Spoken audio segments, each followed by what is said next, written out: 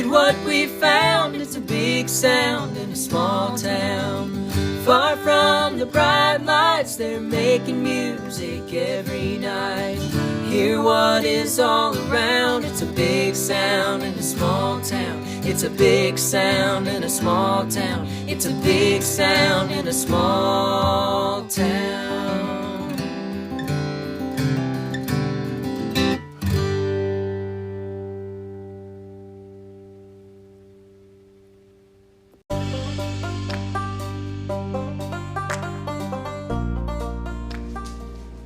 Hi, and welcome to Big Sound Small Town.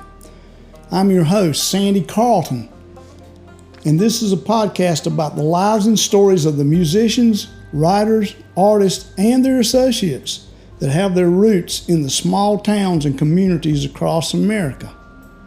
If you like what you hear, tell somebody. Enjoy.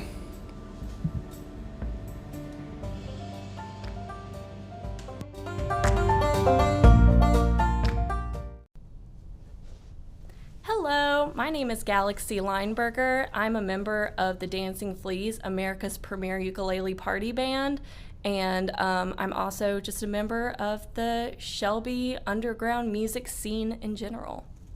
Well, welcome to the show, Galaxy. Thank you for having me, Sandy. Well, you're welcome. I'm going to start with what's going on at the salon. At the salon right now, just trying to make it through this pandemic. I know that you interviewed Henry. Did Henry talk about our music stuff at the salon at all when you interviewed him? No, let's talk about it. Okay, so we're not doing anything currently, but because it's with Corona and everything, right. But we were doing small music events at the salon before the shutdown. We're trying to, in 2021, have outdoor summertime concerts. That's kind of the goal for that. But right now at the salon, it's just getting holiday hair and makeup and everything in, and just trying to survive. Go ahead and plug it where it is. Oh yeah, okay, so we're Almost Heaven Salon and Spa. We're located on 625 South Lafayette Street, right around the corner, just a few doors down from Substation 2. We do hair, skin, nails, tattooing, and piercing. Cool. So we get that out of the way. Yeah, absolutely. I will have to put a plug in. You can see the work they do. Facebook and Instagram. Our Facebook is Almost Heaven Salon and Spa. Our Instagram is Almost Heaven Salon and Spa. Really easy to find. It's amazing work. They're not only their haircut's just fabulous, but so is the color. Thank you so much. I appreciate really that. That's strange coming from a guy. Isn't it? All right, let's talk music now. Absolutely. So what's going on with you currently? Right now, the Dancing Fleas, we're trying to find shows that are safe to play. We played a few shows in South Carolina, and that's of been course. Yeah, exactly. That's where the shows are right now, South Carolina. Yep. Which any local musician, if you're trying to make it right now and you don't mind playing in an indoor setting, South Carolina is where you need to be going right now. They have huge tours that are canceled that they've already paid for, and they're booking way smaller acts just to try to fill those spots. So we got to play at Freight Yard, which was awesome, and that's a beautiful outdoor venue. And we're playing the tree lighting ceremony, which should be on C19 soon. And we were on PBS recently, which was an awesome experience. I heard that. Let's talk about that. Yeah, so we were on Rudel's Block Party Live, which they usually do, I guess, some sort of a music festival, which they call Rudel Block Party. Right, they do, yeah. And they're doing it all on the TV this year, and they're having different groups send in video. So my group got to send in our cover of Rockin' Robin and do a cute little socially distant music video, and that is up on YouTube right now if you missed it, actually on TV. So how did that come about? My dad works for PBS, which is awesome, but they were pitching this new show, and he was like, they were talking about needing local musicians or North Carolina musicians, and he said, well, yeah. I would happen to know one that would be willing to do the first episode, so we are there on the pilot episode of Rudel Block Party Live. Really good. I've seen that you've been doing a lot of rehearsing during the pandemic. We typically still are rehearsing at least once a week. We have a big practice space. We wear masks the whole time and stand far apart from each other and wipe down our microphones and disinfect them at the end of the night. And so far, it's been good. We've had a couple members who have caught COVID, but that's what is bound to happen when you have a 10-person band and everyone leaves independent lives. So we've had a couple scares, but we've not had any experience with cross-contamination from one family to another. Yeah, let's talk about the band. I mean, it is a 10-piece ukulele band. It is, and it's a family band. So me and my dad are two of the original members of the band, which has now it's been 8 years since we joined the band together. I recently found the Facebook post where Perry Anthony posted on my dad's wall and said, "Jason, would you be interested in forming a ukulele club?" And my dad said, "Sure, I don't know much ukulele, but I bet my daughter would be interested too." And here we are 8 years later. And Perry's still in the band, and his dad is in the band. True. And then we have Laura, Jeff, and Silas. That's a family unit. It's been pretty great just having, I love the family aspect of it. That's pretty cool. You want to cover the type of music that you guys play? We play everything, just about. We play the classics mostly, things that are going to be recognizable, but from any decade. It can be something that's on the radio that people are going to recognize, like Feel It Still, or it can be Hotel California. Whatever people are going to get up and dance to, but we also, because of my own interests in indie music, sometimes I'll bring in some funny indie songs that are just as charming, but people might not necessarily recognize it as a cover. And yeah, we typically, when we have a show upcoming, we practice our set list, and then when we don't, it's a free-for-all. It's bring whatever music you want to bring, and we'll try it, and if it clicks, we'll keep playing it, and if it doesn't click, we'll throw it out. Sure, just like a real band. Exactly. I mean it's not that I say that. I mean, just like... Yeah, I mean, it's the same So, thing. it's Yeah, the same thing, absolutely. Is it hard to find everybody, for everybody to find a space with 10 people? I wouldn't say so, because we'll pick a song, and even if, let's say, Perry brings a song and it's his song that he wants to play, but it's just not working for his voice, we'll shuffle it on over to Laura or Lori or me, and we'll just go for whoever seems to have the best sound for the song. And I think that organically things end up being pretty fair. Okay, I'm sure that everyone plays ukuleles more than any other instrument come in a variety of shapes and sizes, and Absolutely. So I guess that really helps the orchestra part of it. Right. We have everything from the suprissimo to the baritone to the bass. Right. We have every ukulele in between.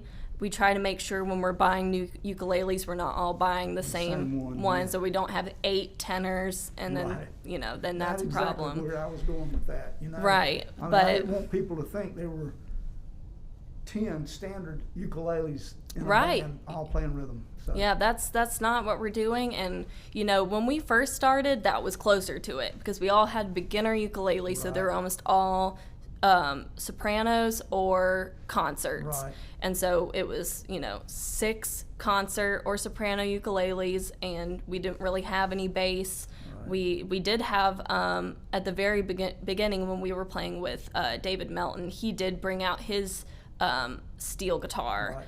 every once in a while. Right. But beyond that, it was pretty much ukuleles, and so we've tried to move away from that now that we have the skill. So now it actually works like an orchestra. Right. As opposed to a band with lots of ukuleles. Exactly. I mean, we definitely used to be a club, and Right. we've come a long way to getting to the place where we are, where we're definitely a real performing professional band.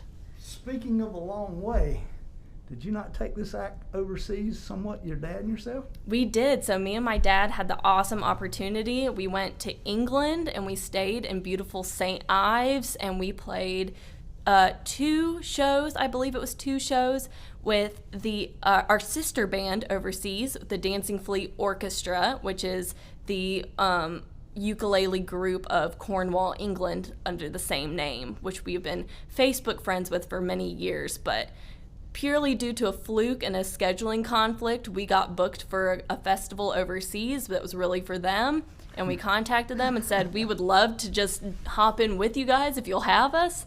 And they said, bring it on. So do you guys do the same type of music? Strangely enough, yes. Really? Yes. Strangely enough, it's very similar. I would say that... Song choices too? Yes, there were a few songs in their set list when we went over there that were already in our set list across the seas. There were a few songs that we had heard of but hadn't added in. There was a couple that we got attached to and brought back to us. I was going there too, so we definitely recognized a handful of songs, and even some of the songs weren't songs that were in our current set, but they were things that we had tried. Right. They were things we did in the early days. Right. Because they definitely have a little bit more of a ukulele club vibe going on. We're down to 10 core people that are there all the time, where they're more like 30 people who come in and out, and everybody gets the music sent to their email, and then they show up and play. Sure. Well, now, also, you guys aren't just, there's an entertainment aspect to it. Let's go into that. Absolutely. When you book you're not just booking you for music. Exactly. We are not. We tried to be a background band, the type of thing that you can have at your corporate function and nobody really pays attention to it.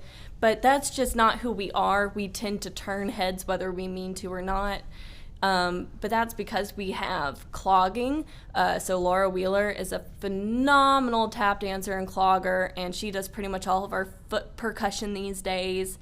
And people lose their minds when she gets up to dance, and that's so exciting every time.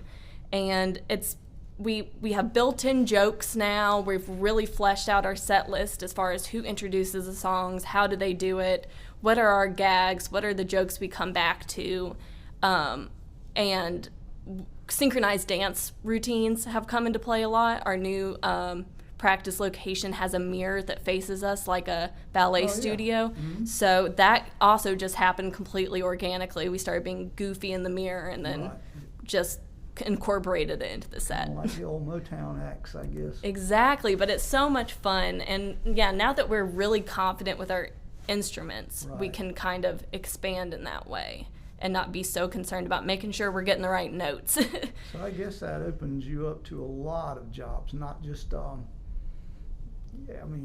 it's an entertainment deal, so.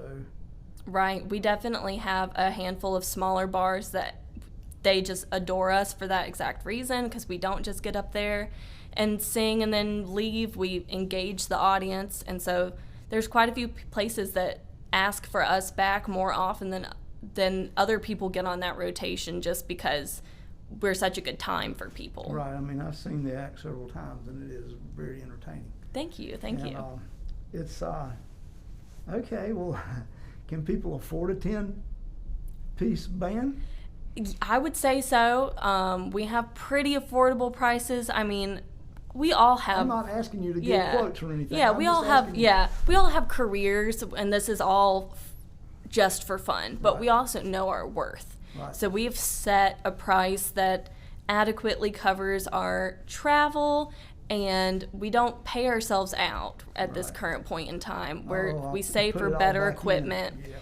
So we have better equipment. We save for things like, if we're going to try to do a show 4 hours away, then we would love to be able to rent a vehicle. So we have some money in the bank for those bigger opportunities as they come up. Like this year, we were supposed to go back to England in September, but with Corona, we couldn't do that. But that's left extra money in the bank because we've already had started putting that away. So we know our worth, but we're definitely affordable. I've been doing this stuff wrong all these years. I'm just joking.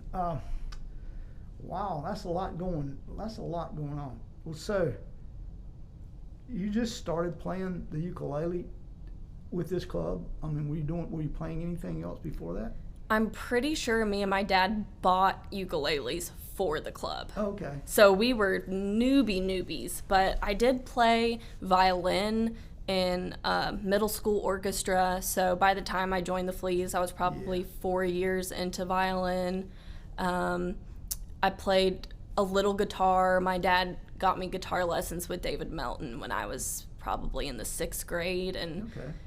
didn't go very far with that. So yeah, my majority of my musical things have just been with the Fleas and with the ukulele and growing with that instrument. So I guess you own more than one ukulele these days? I own 2. I only own 2. So my beautiful Ibanez. Yeah, talk about it. That's Yes, the one that you played. so- You played today for us with, right? Right. So my Ibanez here is a tenor ukulele, but it is the same. It's an Iceman. Is that what it's called? I do believe it's the exact It is, yeah. shape of the guitar from Kiss. Yeah.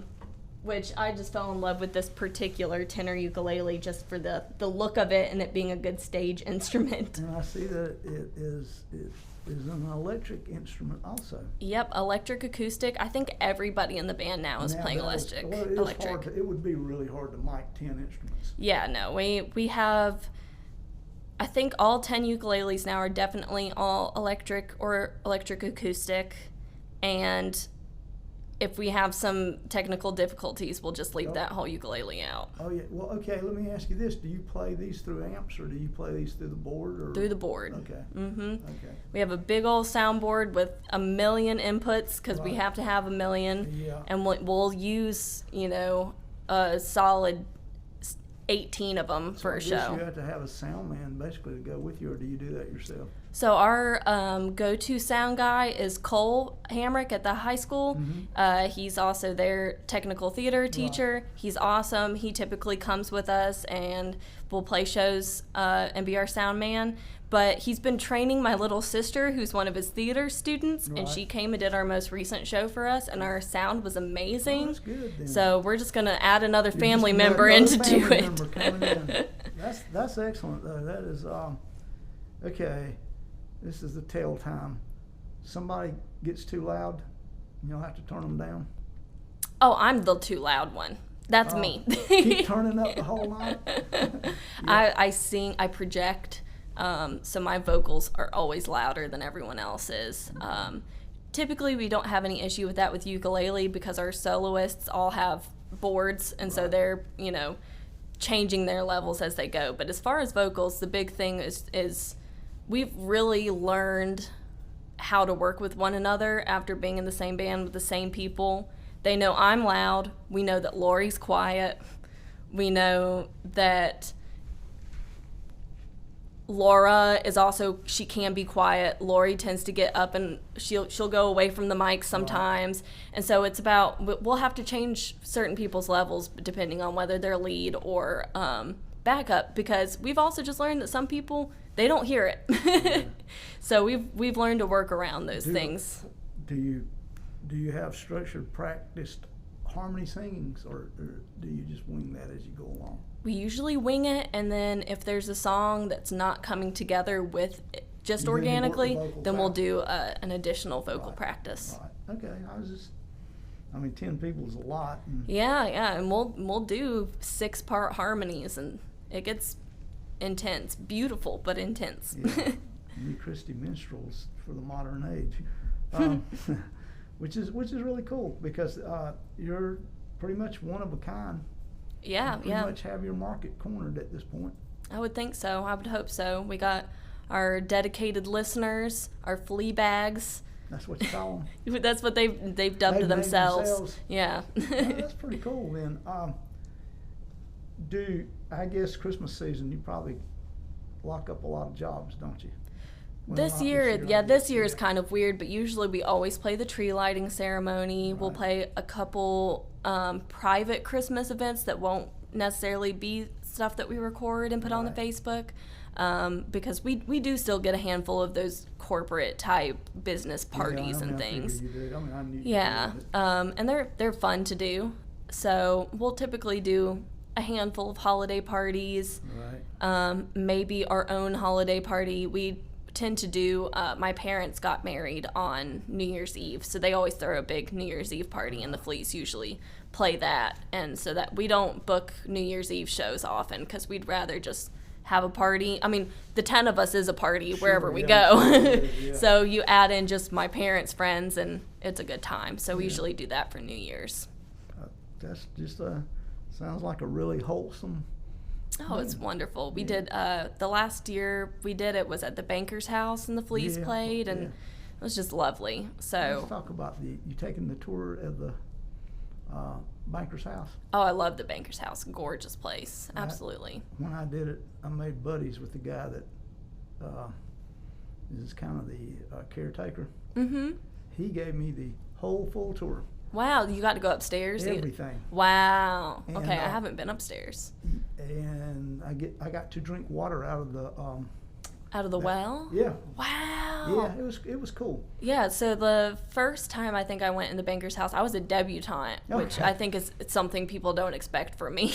But we did our debutante murder mystery, which the Shelby girls threw their party at the Banker's house, and we did a murder mystery there. Do you realize those stairs fell once at a debutante ball? At one of the debutante balls? Yep. Wow, I didn't hear that. They were all lined up on those stairs, and the stairs collapsed. Oh my gosh. Yeah. That's wild. It is. Also, the caretaker told me that, there's some tragedy in the house too. And that there's one of the rooms that is just the same as it was at the time of the death. Wow. And that he says there's a friendly ghost there, that the lights turn on. He'll be called back to work to turn off lights that he knows he turned on. That is fascinating. I love ghost stories like that. We got to practice in Don Gibson's original apartment above Shelby Music, and I mean that is just dilapidated and falling apart. And I know that most of those things are not. I mean, there's no way to know if anything specifically up there was left from Don, but I would doubt it. There's a vibe. There's a vibe. There's definitely a vibe. Yeah. Absolutely. That whole building is a walking musical ghost, really. Yeah. But we were practicing for like our first tree lighting ceremony up there, and there's no electricity up in his apartment, so we would have to use extension cords to get one lamp up there to practice with. But I love that. I didn't know that debutantes collapse the stairs at the Banker's house. I think that's awesome. They were standing there and just I guess that's why we took our pictures outside. Yeah, I mean, I was going to ask you, did you take them on those stairs? No, we took them outside, I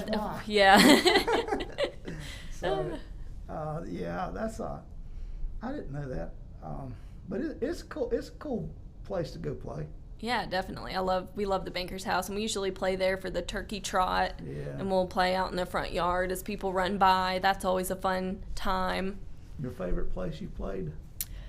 It would have to be England. Yeah, well, but throw that out. A second best would be,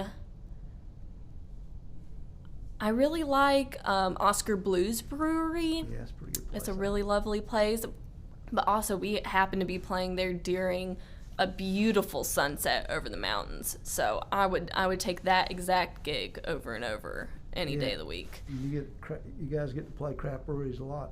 Yeah. We unfortunately Noble Cider isn't doing live music anymore. I think they decided that before the pandemic even. Yeah, that was a really lovely place to play. I've definitely liked our shows that are more in the Asheville area because I've noticed that the audiences seem to be more they're more interested. Open-minded. Yeah, they are. Their music palette is larger than other places. Right. Their palette for everything is larger than other places in North Carolina. I would say so. I lived in Asheville for a time, but then came back here. I definitely love any opportunity I get to be in the area, though, and get back to it because it is a lovely place to be. As a musician to work, without a doubt. Absolutely. It's probably the best, maybe outside of Chapel Hill, Raleigh-Durham area. The only thing that I hear from Asheville area musicians is that places will get into there's so many musicians, there's not enough gigs for all their locals. And so I almost feel bad going up there and taking any of them because I know how many people are in the city and trying to get those gigs. But if I'm getting them, I'm taking them. Well, they have no problem coming here and taking them too. So, That's true. That's true. So it works out. Right. That's absolutely true. There's never enough to go around, but then some get more than their share, and it's because they work hard to do it. Absolutely. So it's not yours sounds all fun and games, but it's more work than what people realizes. Oh, definitely. It's work to get those gigs. It's work to maintain those relationships. I don't see how those relationships in a 10-piece orchestra must be pretty tough. I feel like it's been pretty good because then we have 10 different people who have connections. Yeah. So, for example, we love to play at Four Paws, which is a adorable doggy campground. So precious. I definitely want to go camp with and steal my parents' Yorkie and go there. Yeah. But our connection to them is through Emma, who's actually our newest member of the band, but her parents are close with the owners. So, and we've become almost a house band there. So that's good. It's awesome because, I'll source a couple places, other people will source some places, and then it's kind of up to that person to maintain that relationship. And I take it y'all all get along well? Oh, yeah, definitely. I would say so. Yeah, I've been doing this wrong all my whole entire life. You get minor arguments here and there, but nothing that can't be solved. That's great. That's absolutely great. What else we need to know, Galaxy? Oh, I guess one of the other things that I wanted to talk about was just like the underground. Yeah, It's a different. I'm not involved as a musician per se, but there is a very thriving punk community here in Shelby that is surprising, and it's hiding, but it's there. My favorite local band would have to be. Why can't I think of their name right now? Feelings Club. Feelings Club is an awesome local band. They just put out their first full-length album, and they're amazing. They got their start pretty much like some of their first shows ever were in the basement of my salon, which we don't do shows down there anymore because there's not adequate room for people to get in and out. But for a while, we were doing some little shows down there, and we had bands from Philly, New York City, people traveling all over because they're using this underground network of these other small punk bands to get these gigs. They're messaging people in the bands and they're saying, oh, you want to do a North Carolina tour? Come to Almost Heaven. Come do a show at the basement. And it's really cool to see that that's still alive because these kids who are doing it are younger than me. Yeah, we got 18, 19-year-old kids making punk music that sounds like it came right out of the late 80s, early 90s, and it's blowing my mind. That's great. And I'm just thrilled to see it. And I hope that we can continue to foster opportunities for that in Shelby and different genres that Shelby hasn't seen before. Also, somehow you hooked me up with a really good guest, and I was just curious of how that came about. How I met Henry? Yes. So Henry went to Kings Mountain High School, and I went to Shelby. So we've actually known each other since high school. But in adulthood, I've been in several of his music videos. I've hosted several of his rap shows at my basement. I've attended a ton of them. I love to follow Austin Davis, who does a lot with Zebo. He's coming tomorrow morning. Yes. Okay, I love Austin. I have followed Austin for ages and gone to a ton of his shows. So yeah, I love that whole crew. I love those boys. I originally got kind of in with them because Zebo, which is his whole brand, started out more skate related than music related. Right. And that's where I met Zebo. I was friends with all those skaters, and I think I did maybe his first ever kind of logo back in high school. He commissioned me to draw every guy in the skate crew into a big art piece. So me and Zebo go way back. Yeah. I love him. He was a great guest. He actually he came and the computer crashed, so he had to come back 2 times. He had to do it a second time. Oh, bless his heart. But he was great. I mean, he was that's a driven young man, and I thank you for sending him. Yes, he is always on. He is always looking for that new opportunity. Yeah, you're on my radar for people. So anytime you come up with someone, oh yeah, I appreciate that, because he was a very entertaining guest. I love that. Different. You know, yes. I try to have as many different varieties of music, genres of music that I can have on here, because it's what's here. I mean, this is a music community. There's so much more in the community than people realize. It I mean, is. these local rappers are good. Austin Davis has flow. He is good. And Henry, I mean, I find a camaraderie with Henry, because our side of things and that area of the community is very much on the outside. We're not the musicians, Right. we're not the rappers, but we're helping to facilitate them. It's a community, though. And I love that me and Henry have that same love for the local community and the desire to help them. It takes a whole. This is something. Cleveland County has something that most towns do not have. It has a whole vast community of music. It's more than just an artist here, a band here. We have venue owners. We have record producers. We have. I mean, it's just huge. All the people that are involved for such a small town. For such a small town. So many awesome musicians in any style of music you want to look for. So yeah, it's been so cool to actually get to go to shows in my town, because I mean, my first house shows were all in Greenville or Charlotte, Asheville, and now to see that's the DIY scene is here too is really exciting for me. It is. And I even know a guy from town here who is doing the one-man thing all across the United States. Bless his heart. Wow. You know Jonathan Robinson? Yeah, I sure do. Pistol Hill. I definitely know Jonathan. We went to high school together too. He is the hardest working musician in North Carolina. You think so? Wow. He plays every night of the week, has during the pandemic, from nowhere South Carolina to nowhere Minnesota. I mean, and all the big places in between. Yeah. The boy works. That's great. I'm glad to hear that that's what he's doing. He's turned down like the Nashville deal, the whole major stuff, so he wants to do it on his own. Wow. Okay. And, it's a hard life. I'll give the boy credit. He's working the hard way, but it's great. Yeah, that's awesome. I'm glad to hear that. I mean, the last time I think I spoke to Jonathan, other than I ran into him at one of his gigs at Newgrass, and he said, "Hey," was probably my senior year of high school. So I'm really glad that he's like nose to the grind, really getting it done. That's awesome. He does have the grind. Actually, we did his original podcast in a school bus that he had bought.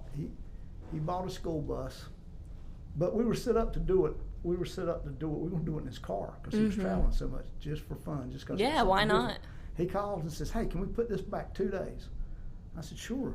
Then he calls me and said, "Now I got us a real place. I got a school bus." Because he was going to take a band out, but then he realized that financially, there's a whole lot more money on a one-man deal than there is pulling a band around the United States. If you can get the same slot for the same price and not have to divvy it up between 7 people. Yeah, and you know, he's combined with a couple of guys that are doing the same thing, that they share shows sometimes, and it's a pretty good deal for him. Yeah, that's good. Hard way to go, but I admire him for doing it. Our tattoo artist recently started a band that has kind of a similar feel. They're doing a lot of that kind of country feel. Right. They're playing at the Vintage Dog, which just opened. And who? Okay, so the Vintage Dog. There's a new venue in the area is. that's been booking people left and right. It seems. It has. First bar in Boiling Springs. I'm shook. I can't believe it. That is kind of hard to believe. I thought the Twisted Pair was going to beat them, but something happened there. I don't know. Yeah. But yeah, It is hard to believe they have music there. I know, but they're doing it, and And her band seems to be playing there all the time. And what does her band? What does she call her band? oh, I can't. I want to say that it actually sounds somewhat similar to Jonathan Robinson's project, which is why it made me think of it. I can pull it up real quick. Right. But Casey Wilson is our tattoo artist, and she has such a beautiful voice, and she was always posting like guitar covers and stuff on YouTube, but was too shy, it seemed, to sing much in person. Right. But she's been playing up at the Vintage Dog, and today's her birthday, so happy birthday, Casey. I know you won't be listening to this today, but They'll be on here though. Oh, I can't find. Oh, Steel Roots. Steel Roots is her band. Right. I'll check them out. You know me, I'll check everything out. Absolutely. All right, Galaxy, have we missed anything? I don't think so. I think that covered all my bases. Well, I know that you're busy, particularly on a Friday's probably a big time hair day, so I'm leaving from here to go do some more. thank you for coming and doing this. Thank you so much for having me. Thank you.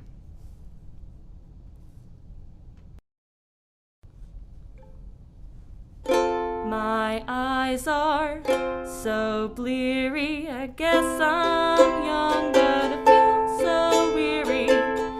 I've tried to express it, but I think it's all a bore. It's at the heart of me, a very part of me. Speak slowly, I can't hear you, my mind keeps spinning closer and closer to the rain on the roof and the rain in my head and the things that you said. People take it further ahead, but it just gets so foggy. It's nowhere in here and it's everywhere else that I don't wanna be, but I'm stuck here getting misty over you. I'm alone on a bicycle for two. Speak slowly, I can't hear you, my mind keeps spinning closer and closer to the rain on the roof and the rain in my head and the things that you said. People take it further ahead and it just gets so foggy. It's nowhere in here and it's everywhere else that I don't wanna be, but I'm stuck here getting misty over you. I'm alone on a bicycle for two.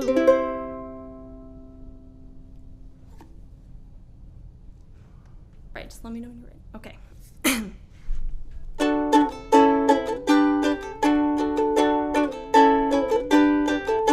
There was a time in my life that I felt so all alone that I never thought that one day I would have a happy home, a family and a 4-track Radio Shack microphone, a backyard and a hammock and a paid-off student loan, a backyard and a hammock and a paid-off student loan. So if you see me and I'm dreaming about selling socks on eBay, wake me hard till I'm awake. The stitches will unravel, the stitches will unravel, the stitches will unravel if you knit with fishing line. Then your cast will be refined, you'd be better off with twine. When I was a kid, we would play Annie at recess. I was always Sandy because I was the smallest. From all the crawling on the blacktop, there were holes in all my jeans and in the toes of my boat shoes, but I didn't complain because I didn't think that I could